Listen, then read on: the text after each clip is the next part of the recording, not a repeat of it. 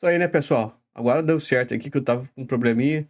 Quem tá chegando, se inscreva no canal, deixa o like, acione o sino de notificações para novos conteúdos. Se puder, também contribua com o Pix aqui embaixo também, porque a gente tá descalço, não tem patrocínio de Fundação Ford, Instituto Soros, nem nada não. Aqui é puro, aqui é puro sangue. E é isso aí. Bora lá continuar então. Anos atrás fez mais calor. Agora, todo ano, pegar só o Brasil, várias regiões, bate o recorde de toda a série histórica. Belo Horizonte, onde eu moro, bateu 3 ou 4 vezes nos últimos 5 anos o recorde de calor de toda a série histórica do município. Todos os dados que nós conhecemos. Tá difícil mesmo, Minas Como é Gerais. que você vai organizar isso em termos capitalistas? Porque você não organiza em torno de necessidades de médio e longo prazo. Só de curto prazo. Mas você acha Pra dar que... lucro rápido.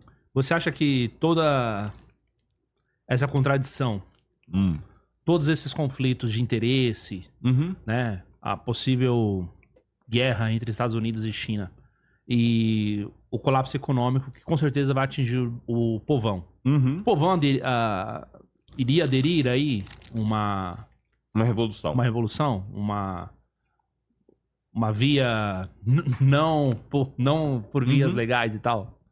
Não tem nada definido. Não tem nada definido. Isso é um ponto do marxismo que pouca gente entende. O pessoal da direita diz que, na verdade, esse negócio de revolução e tudo mais sempre foi coisa de burguês. Com exceção do pessoal da União Soviética, porque difícil, lá, né? embora Burguês não quer trabalhar, tivesse não. burguês Burguês e tudo mais, mas nos outros lugares do mundo, nunca foi o povão que saiu pra pedir revolução. Primeiro que eu não entendo o que é sair para pedir revolução. Se eles quiserem dizer com isso, porque toda revolução, por definição, é um processo popular. Por quê? Nenhuma revolução é anunciada. Eu não conheço nenhuma que foi assim, exceto guerrilhas militares, mas aí você está falando de um partido exército que foi lá brigar com outro. Eu falo processo de insurreições populares. Nenhum deles foi anunciado previamente. Não conheço nenhum. Pra você ter uma ideia, na Revolução Russa 17, Lenin foi convidado para dar uma palestra para uns estudantes em Zurique, em janeiro de 17. Chamaram ele lá para falar da Revolução de 1905. Tinha acontecido em 1905 e foi derrotado. Ele foi lá e começa a palestra dele falando: pô, que bom que eu tô falando para jovens aqui, porque eu já tô chegando aí nos 50 e provavelmente eu não vou ver a Revolução. No mês seguinte o czar caiu.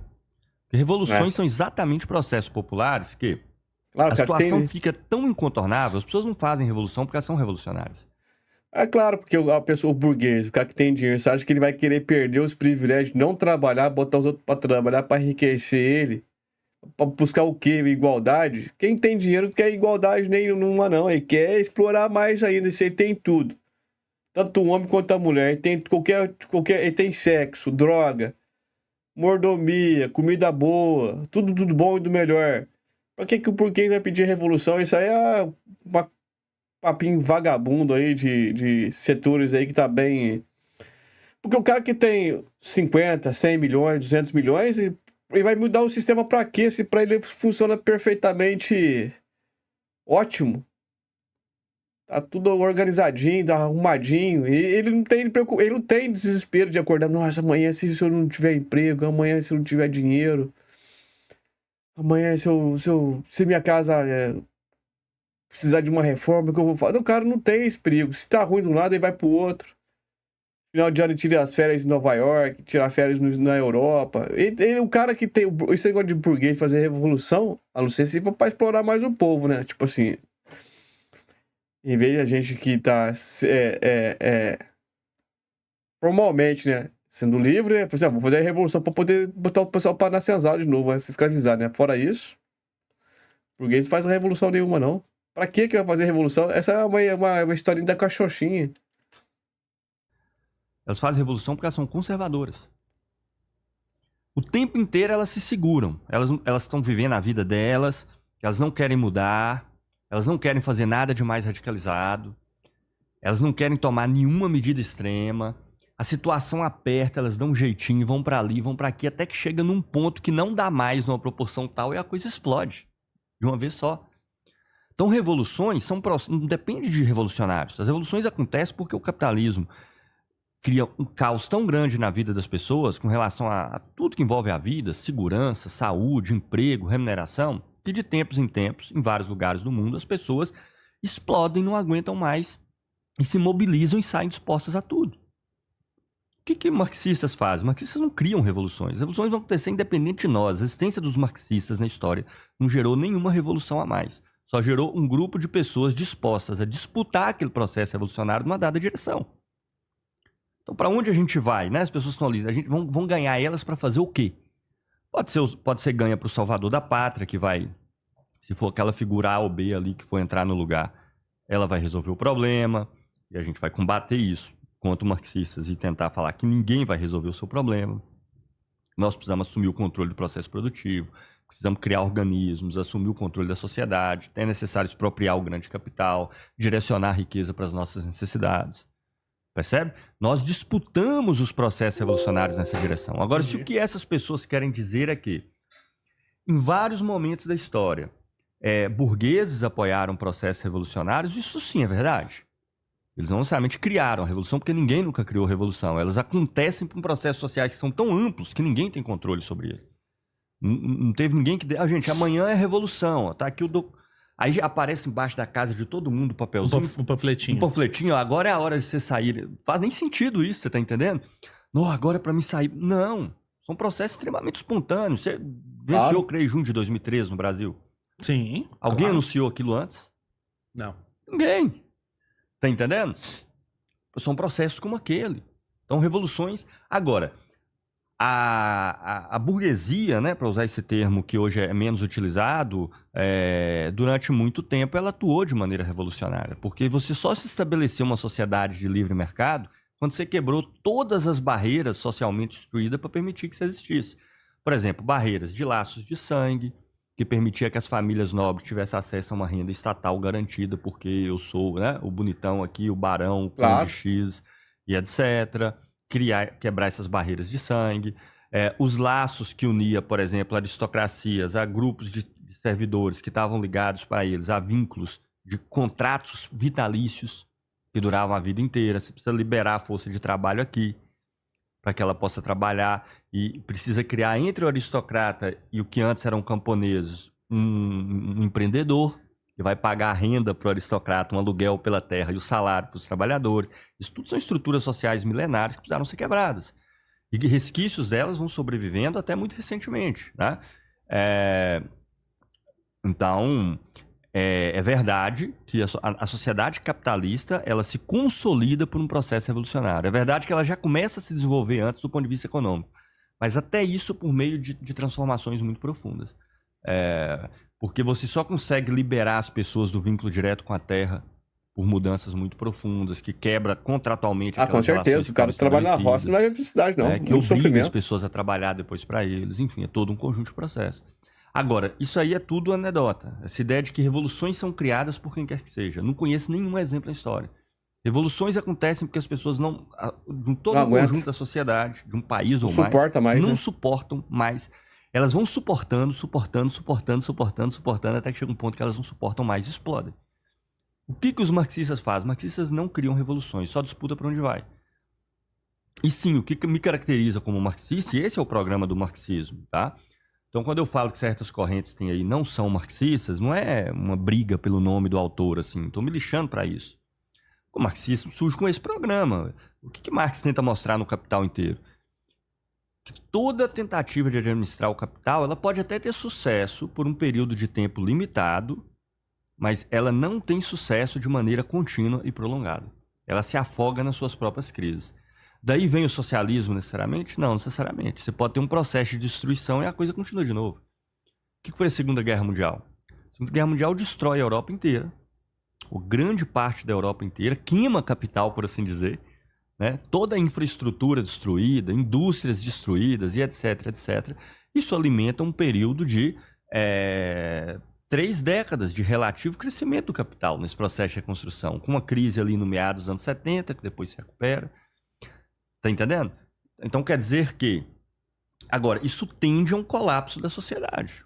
Tende a... Não é que vai acontecer daqui a 2 anos, daqui a 3, daqui a 4. Não sou profeta do apocalipse, não. O Farinazo disse sexta-feira que o ápice dos Estados Unidos foi em 1960.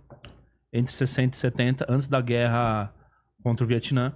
Porque na guerra do Vietnã, ele gastou tudo que não tinha tomou um pau. E aí ele já não conseguia mais sustentar outros custos e tudo mais. Primeiro foi o fim do padrão ouro. E o fim do... O fim do padrão ouro e depois o fim... Ele cita uma outra coisa também que aconteceu de mudança. E que até hoje os Estados Unidos não recuperou. E se a gente for analisar, a geração mais rica mesmo é essa geração, né? A geração dos anos 60. Quem nasceu ali consolidou várias oportunidades históricas, né? Acúmulo de... por exemplo, a propriedade era barata. Então ele tinha acúmulo de propriedade, acúmulo de capital ao longo do tempo, porque a pessoa conseguia alocar recursos em mais de uma propriedade, conseguiu financiar os estudos dos filhos e assim por diante. Mas de lá pra cá mesmo é só derrota, só derrota. Só derrota, O capitalismo, ele tem os seus momentos de ascensão. Normalmente, eles são dois tipos, sendo bem simplório, né? Claro que tem várias especificidades e tal. Mas, primeiro, quando ele surge, ele vai transformando todo o mercado interno do país em capitalista. Então, você tem um longo processo de crescimento, né? Ampliação da capacidade, porque... Você pega um Brasil, por exemplo, na época da escravidão, né? Você tinha um mercado interno brasileiro? Tinha, mas não era capitalista. O Brasil produzia para vender para fora e se produzia nas zonas rurais locais, alimentos que eram vendidos na feira. Quando isso tudo começa a ser abarcado por empresa capitalista, crescimento, crescimento, crescimento, crescimento. Quando ele começa a ter crises e ele não consegue mais crescer, os processos de crise muito profunda que gera tanta destruição e centralização que permite ele crescer no momento seguinte. Uma empresa cresce engolindo as outras, né? Processo de guerra que leva à reconstrução.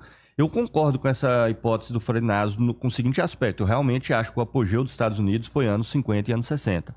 Eu não sei o que ele pensa a respeito do que eu vou falar agora, mas o padrão ouro cai porque ele já não era mais suportável. Não é porque, então tá vendo, tava tudo bem com o padrão ouro, então depois que deu que a coisa deu errado. Não é porque já estava dando errado que foi necessário substituí-lo. Então não era mais possível manter o dólar tão valorizado. E se você desvaloriza o vínculo dólar-ouro, você acabava com o padrão ouro. Porque o que segurava o padrão ouro era a cotação fixa, que era ali uma onça de ouro, $35. Porque se você muda a cotação,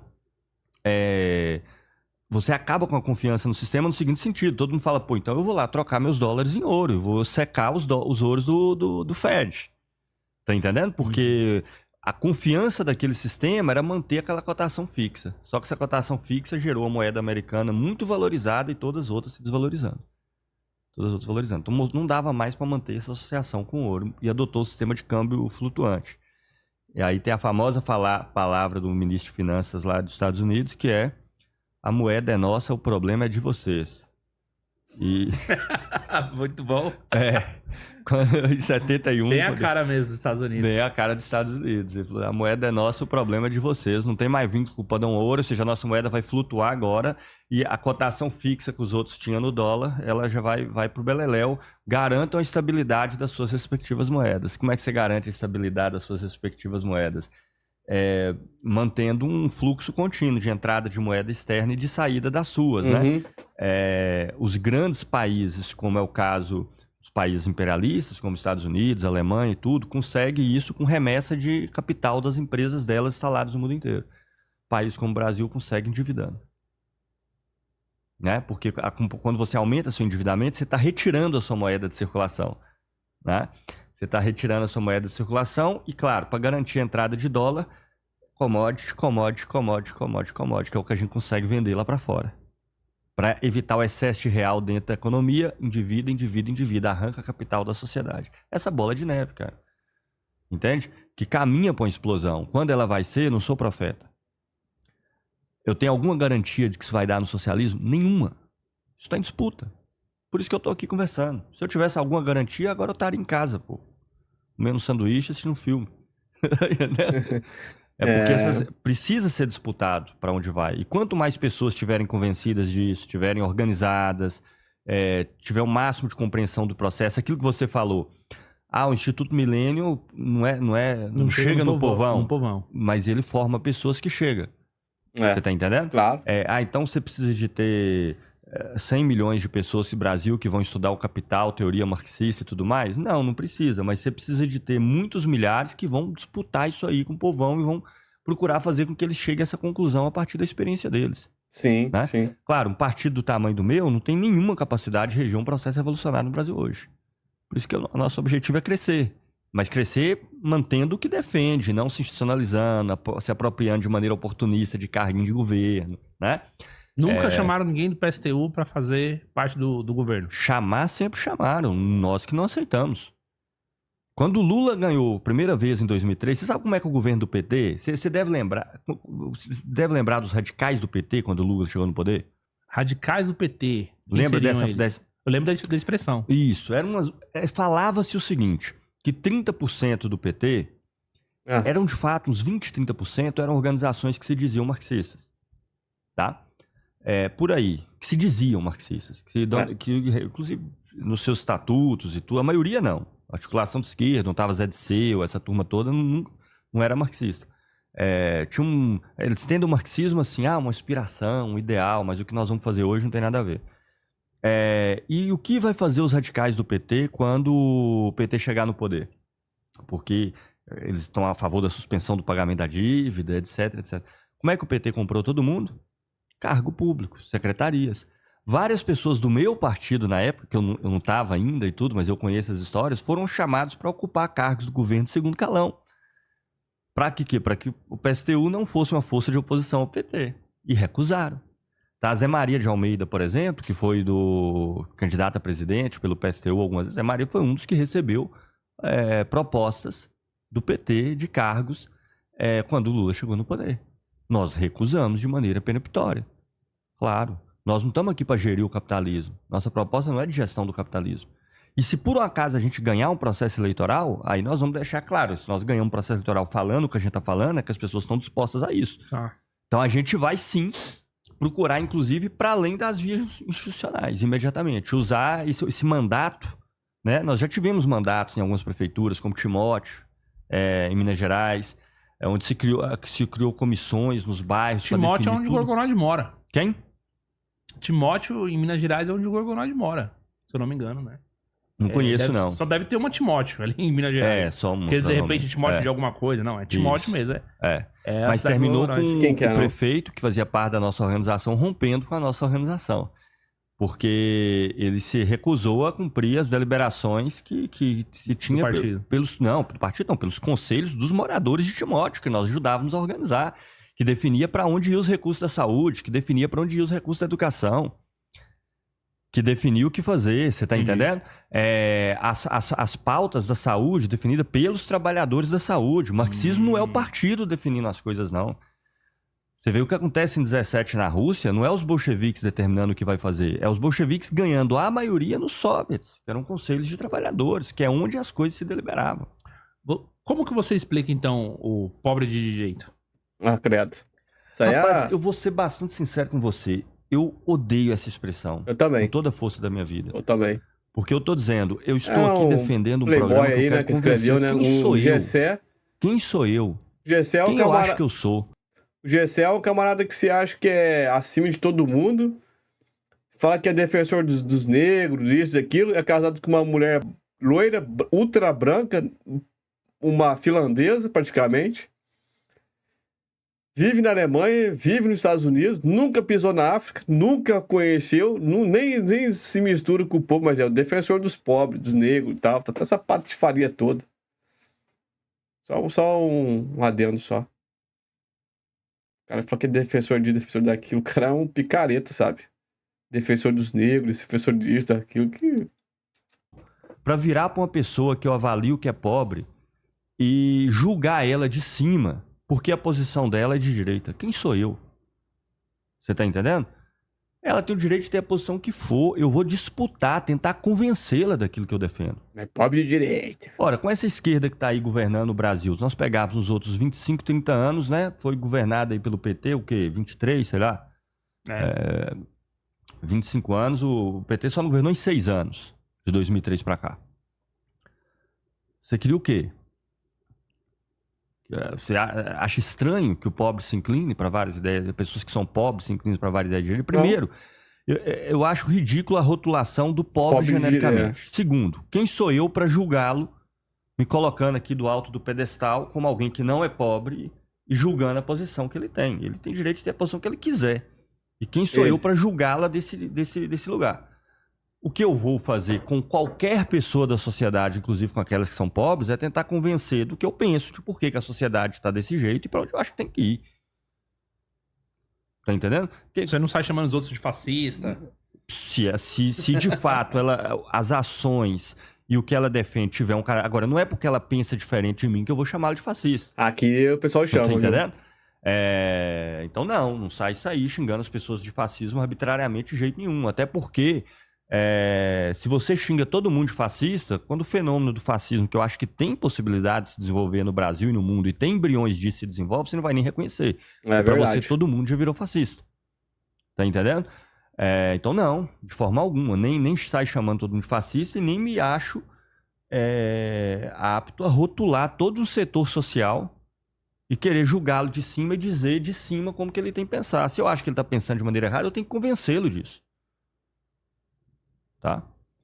Então, eu me recuso a abordar esse tema. Acho que foi o Gessé de Souza que criou isso, né? Foi. Eu nem li. Eu tenho repúdio pelo título do livro dele.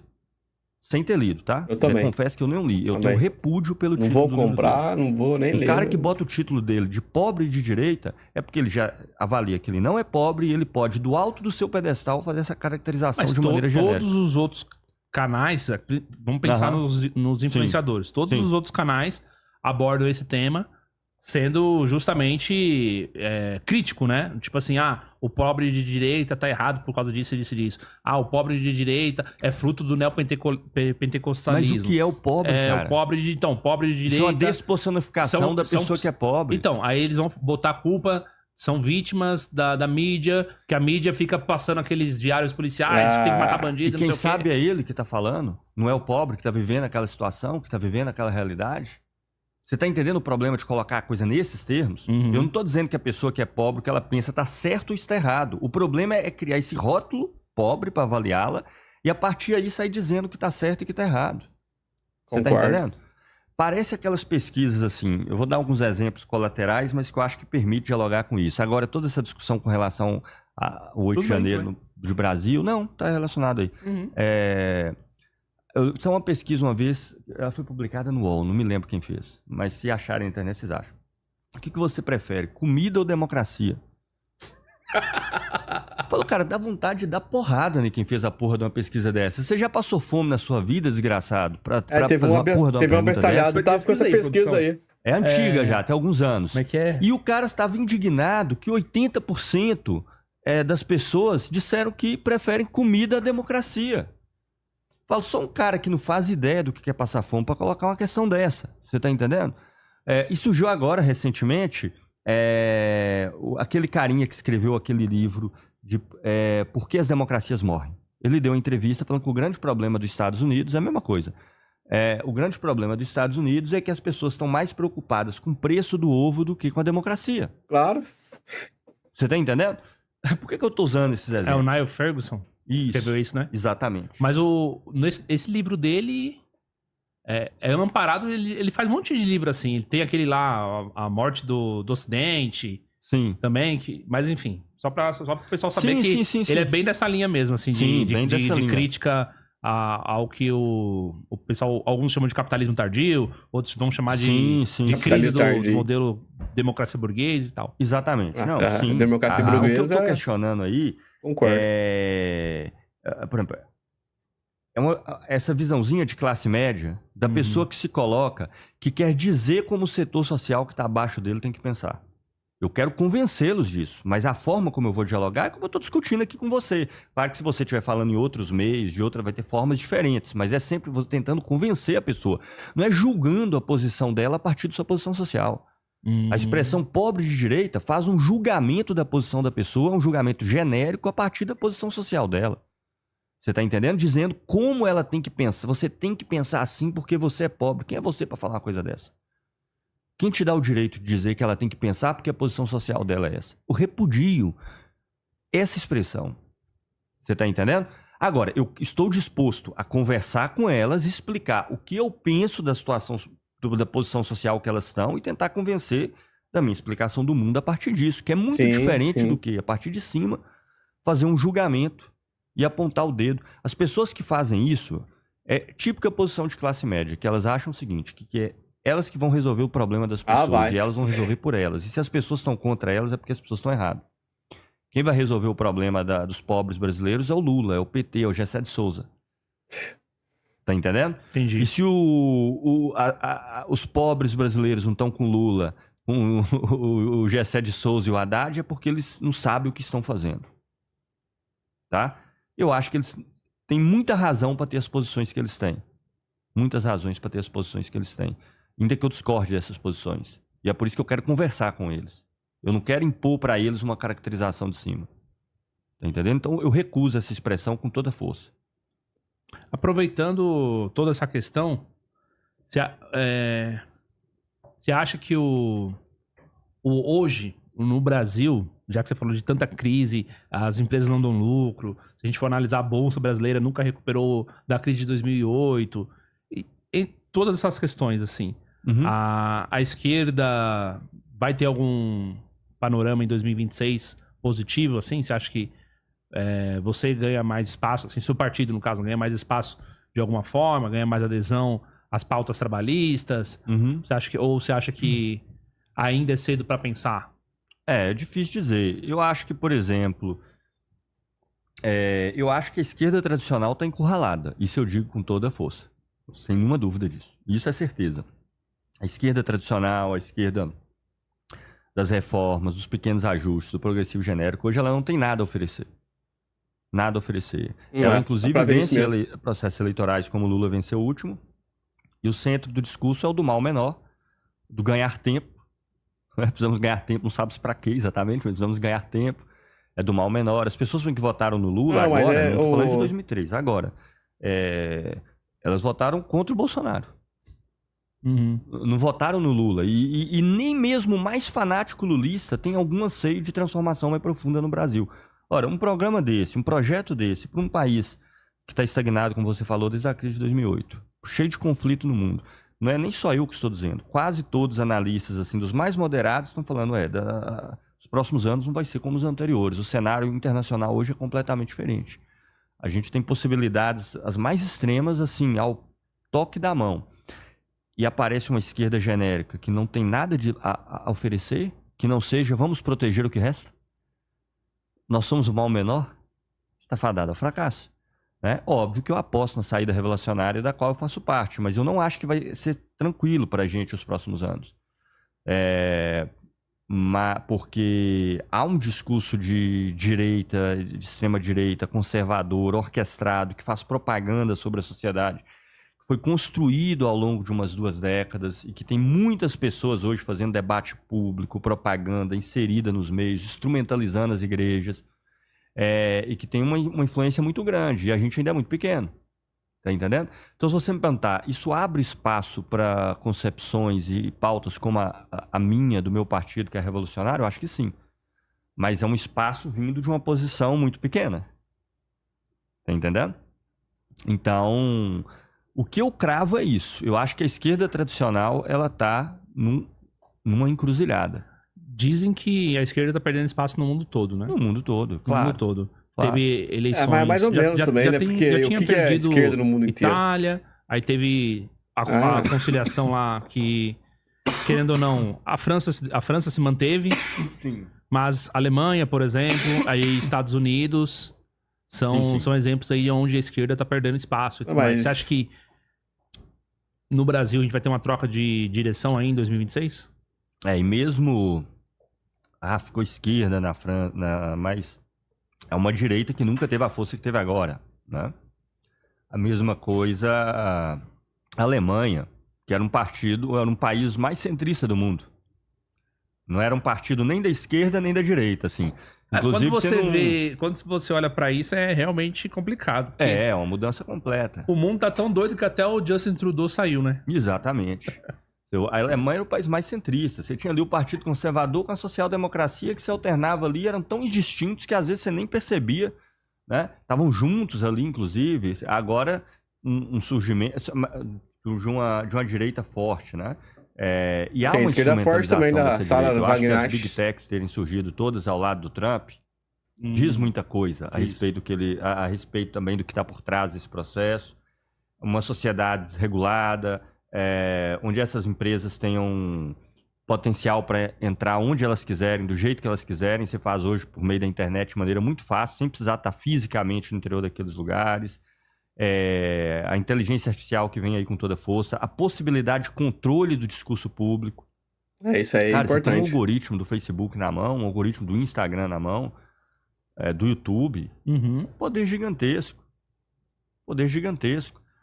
Eu quero fazer com que as pessoas vá para essa determinada posição. Mas você acha que isso é porque a direita tá tendo mais sucesso aí, né? em usar ou porque... O YouTube podia dar uma força pro algoritmo aí, Leandro. Assim, mesmo para todo mundo descarado. no YouTube. Porque se a gente for analisar, em 2016 o Trump ganhou e as Big Techs não estavam com ele. Tanto que vazou relatório do Google, né? Que os engenheiros de software, inclusive deles, foi demitido. Porque ele declarou ali que não queria... votar no Partido Democrata e tal. Claro. E o Google tava brigando lá dentro, dizendo que o Trump não podia ganhar, que tinha que dar um jeito de amarrar o algoritmo ali do YouTube e do Google para poder, digamos assim, não inscreva no canal mostrar aí, pessoal. demais Deixa o like e se inscreva no canal. Pautas nos Estados Unidos que fossem aquelas identificadas como Trump e tal. Quando isso vazou depois pra mídia, gerou um escândalo, até o próprio... a própria empresa se responsabilizou, né?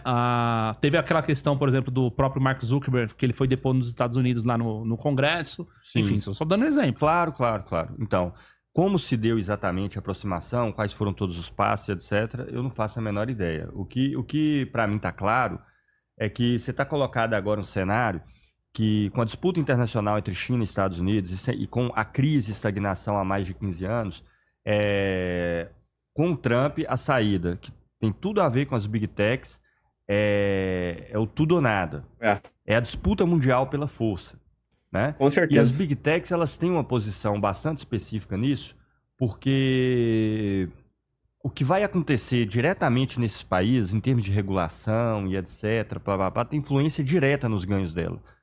Elas querem entrar dentro da China, que tem um mercado fechado para elas. A influência que elas têm pode gerar políticas de controle em vários países, como já está começando a surgir, inclusive, e elas querem conter tudo isso. E o governo do Trump expressa o combate direto em relação a isso. Porque os Estados Unidos agora, ele acaba com um discurso que era o discurso tanto de democratas como de republicanos, mas que o de democratas era mais forte, que era ganhar ou ganhar. Ó. Você se associar aos Estados Unidos, todos nós saímos ganhando. Nós vamos ganhar mais, mas vocês vão ganhar também. Então, a gente vai pôr empresa no seu país, a gente vai ganhar mais que vocês. A empresa é nossa, mas vocês vão ter trabalhador que vai ser empregado lá no seu país, que vai receber o salário, vai ser mais renda para o Brasil. Olha o discurso do ganhar ou ganhar. O mundo hoje não comporta mais isso. Hoje o livre mercado favorece a China, por exemplo. Então, os Estados Unidos, foda-se. É botar tarifa aqui.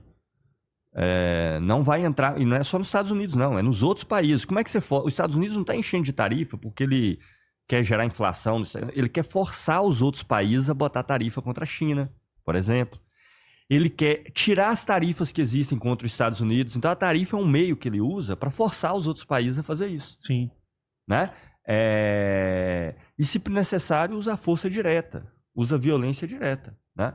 E as Big Techs têm uma posição muito privilegiada nessa coisa toda, porque diferente de uma empresa do setor automobilístico, por exemplo, elas estão espalhadas no mundo inteiro. Qualquer coisa que os Estados Unidos coloca contra o Brasil... Dá uma força no meu canal aí, ó. Tá impulsionado aí. Tá aqui.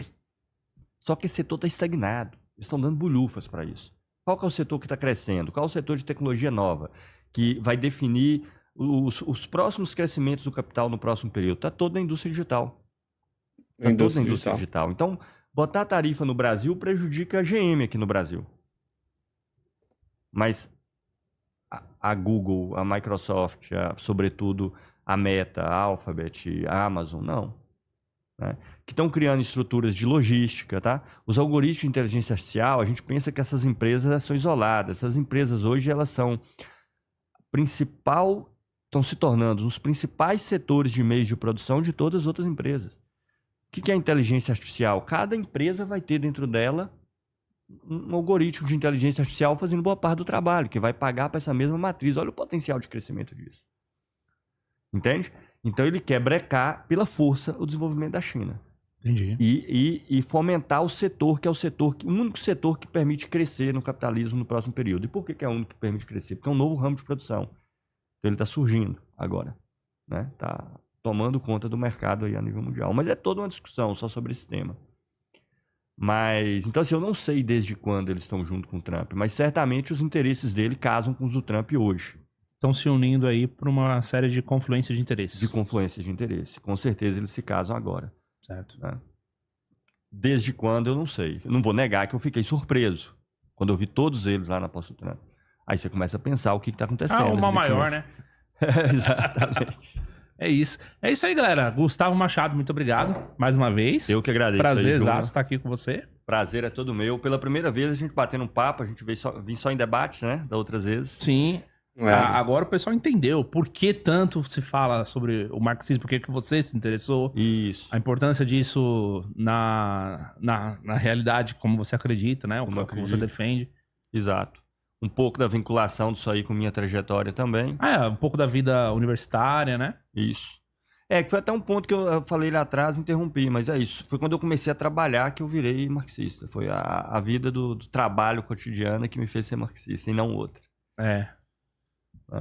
Mas é isso. Prazerzão enorme. Espero que tenha sido aí de alguma valia para todos que estão nos assistindo. É isso aí. Valeu, galera. Muito obrigado a todo mundo aí que assistiu esse nosso bate-papo. Valeu. Agradecer aos nossos patrocinadores que patrocinaram esse episódio maravilhoso. Agradecer a Cotai Project. Agradecer ao pessoal da Dinox, churrasqueiras elétricas. Puder ajudar também aqui, pessoal. A QR Code está aqui. Dá uma força também. Carreiras policiais, para todo mundo aí que gosta. A gente continuar nosso trabalho aqui. Tô precisando policial civil, policial militar, policial penal. Entre em contato com eles. Dar melhoradinha agradecer aqui também o pessoal da Leprechaun. Leprechaun, uma corretora de ativos. Já descobri que é a placa de vídeo. Mas se alguém puder dar força aí, fizer a contribuição, estamos aqui. No link e acessar o QR Code. Satisfeito em qualquer pessoal. Contribuição para finalizar, é isso, gente. Muito obrigado aí mais uma vez, Gustavo. A gente volta aí com o Redcast mais tarde e forte abraço. Valeu. Forte abraço. Valeu. Um abraço. Valeu.